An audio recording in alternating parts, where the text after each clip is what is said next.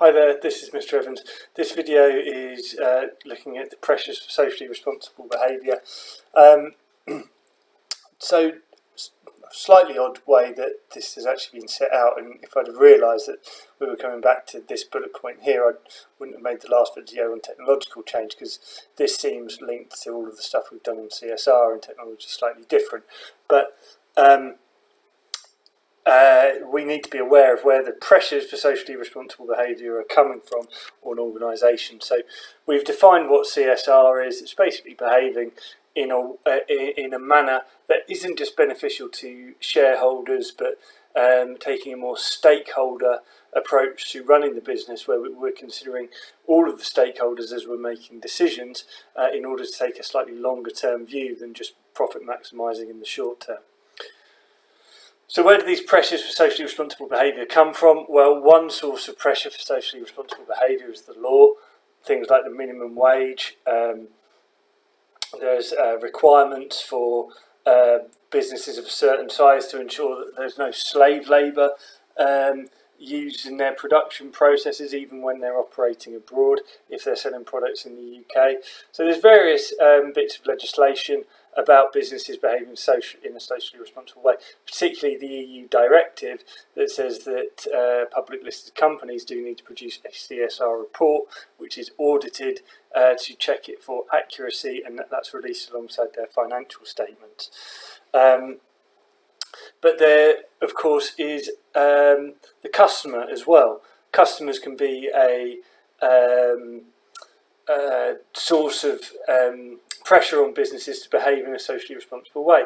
Most customers, if you ask them, would not want to buy products that have been produced by people working in slave labour type conditions, or they want to buy products that are produced in a sustainable way. So consumer pressure has led to lots of businesses changing the way they do their production. Of course, investors as well. Investors who are taking a long-term approach might put pressure on organisations to ensure they're behaving in a socially responsible way. As a minimum, yes, investors are interested in finances, but they certainly don't want any scandals cropping up and occurring. So, even if it's just from the point of view of avoiding negative publicity, there will be pressure from shareholders on management to make sure the organisation is performing in a way that is going to make sure that they're not going to get in trouble. The workforce, an organisation's workforce, can be a source of pressure for a business to behave in a socially responsible way. Workers taking the kind of initiative and volunteering to do charity work or raise money, and workers are a huge source of social responsibility, driving recycling programs and things like that, making sure that lights are turned off at night. It's only a small thing, but it can make a big impact. And of course, there's the pressure of the general public. I mean, this was a picture taken after a factory that Primark was said to have used to produce clothes collapsed in Bangladesh, and you've got people outside the Primark store kind of protesting. And personally, I wouldn't particularly want to go through that lot into Primark if they're protesting outside. So the general public is a source of pressure on companies to change their strategic direction as well, to make sure they're behaving in a socially responsible way. So, in terms of behaving in an ethical way, behaving in a socially responsible way, there's lots of opportunities. There's increasing numbers of ethical consumers who say they're bothered about the way in which products are produced, the impact on the people, the impact on planet, thinking of Elkington's triple bottom line. Many of these people are prepared to pay a premium price for these products that are produced ethically. So you can charge them a bit more. I mean, think of the kind of premium end fair trade chocolate that you see, like the green and black stuff. It's fair trade, it's organic, and you're charging a premium price for it. It creates a USP. It helps you stand out from the market if you really promote that you're an ethical business. It can improve your brand image and create, positive public relations, good PR. If your business is giving £10 million to a charity, maybe you call the newspapers and say, look, we're doing this, but you might want to come down and report it. And that benefits newspapers and journalists because they need to find stories, and it benefits business because they get some good publicity out of it.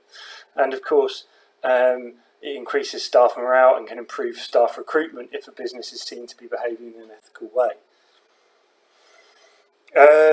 In terms of the threats, these ethical consumers, potentially that's a smaller market than the mass market.